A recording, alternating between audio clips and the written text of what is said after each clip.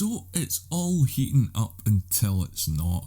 As always, I'm Al, this is the Geek in Review, and I know this is a bit late, but I'm going to be talking about Star Trek Discovery, Season 4, Episode 9, The Rubicon. Or just Rubicon. Because of, the Roman thing. But anyway.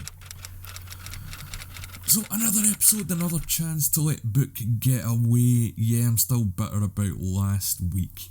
But Book and Tarka have what they need, but of course they still need to complete the work on the weapon for time for Disco to catch up with them, or not, whatever. It's hard to tell these days, and it's even kind of harder to care. I know that's a bit rough to say, but this season the pacing is just so slow and there's no real payoff so far. I've said it before and I'll say it again, but the burn wasn't great, or the reveal of the burn wasn't great, and I can't see how the DMA in Species 10C is going to be any better. But anyway, back to the episode. So Michael receives a message from Book and she says it's encrypted so it can't be traced, but last week we know she put a tracer on Book's ship. So yeah, what is going on there? I did say last week most of what happened in the episode would be forgotten, and that seems to be the case, but I didn't think it was going to be this quick. And this is one of the first signs that the writing on this show and this episode doesn't make sense. Plus, when Book speaks, the first line of the message is, "I got the data you sent me about the DMA," so she has to have known where he was to send data. But anyway, he's sticking to his guns, and the crew realise they've not got any choice but to try and stop him, which will probably be a speech as opposed to direct action, but anyway. So Vance is sending Michael after Book, and she's very compromised here. And he does decide to send another officer with her to oversee it, so naturally you think Saru, he's a captain, it'll be him. But no, it's Nan, and I'm glad she's back. I was really excited when they carried her over from Season 2, and then really disappointed when they wasted her in Season 3, so I hope we get to see her in a few episodes and this just isn't a one-off.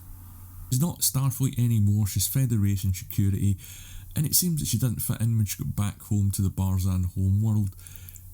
She said she was cleaning up after the Emerald Chain, which again is odd as Michael said it fell apart last year with the death of Ozaira. But anyway, writing, President of Navarre, because he's worried about Sukal, and it's weird bringing Sukal up after 6 or 7 episodes because it's just weird, isn't it?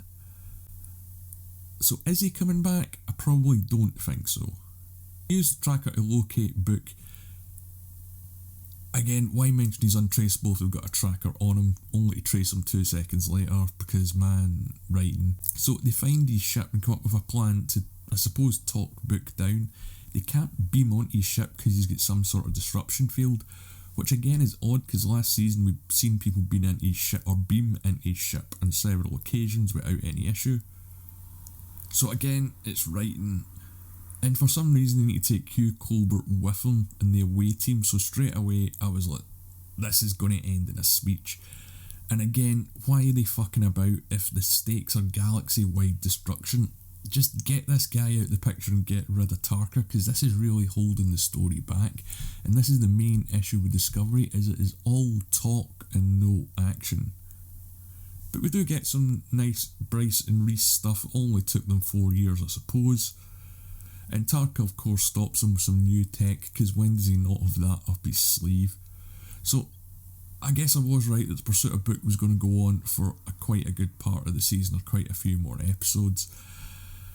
And yeah, the whole time I was just thinking, why don't they just shoot his ship? The stakes here are too high, everything's at stake, and there's 2 men in the way, the numbers just don't add up.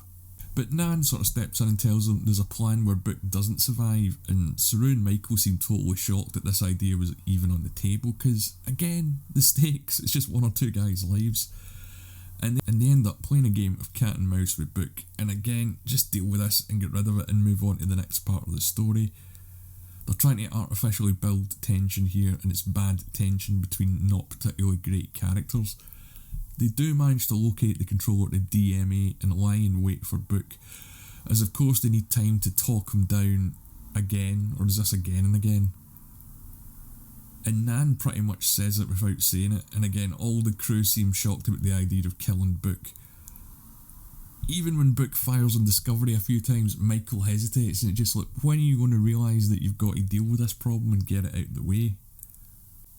So it does kind of end up in this standoff where Book gets talked down, because of course we need to have a speech at the end of Discovery, and he agrees to give her a week, but Tarka's not having it and he detonates the device, which works straight away. And the power source for the DMA does look a hell of a lot like the Omega molecule. We know that's tied to boromite from the Star Trek Discovery episode Omega. And yeah, what did you think? Did the DMA power source look like Omega to you from Voyager? I'd like to know what you think, so let me know in the comments below. So once they all jump back to the Alpha Quadrant, or it could be the Alpha Quadrant, we still don't know where Starfleet is, another controller or miner shows up straight away, so these guys have now got to up first contact and that's their priority. So I don't think it's a shock that I'm not the biggest fan of this episode. The last one as well. Discovery is really dragging its feet and I don't see that it's going to have any payoff. And while it was nice to see Nan back, where is Adira and Grey, and is Tilly ever going to jump back in? There just seems to be too many characters when it suits them and not enough when it suits them as well, which I find is very odd, and they're not balancing it particularly well, which with 24 producers in the title credits I find mystifying that 24 people can't come up with a good idea. But let me know what you thought of episode 409 Rubicon below. As always, I'm Al, thanks for watching.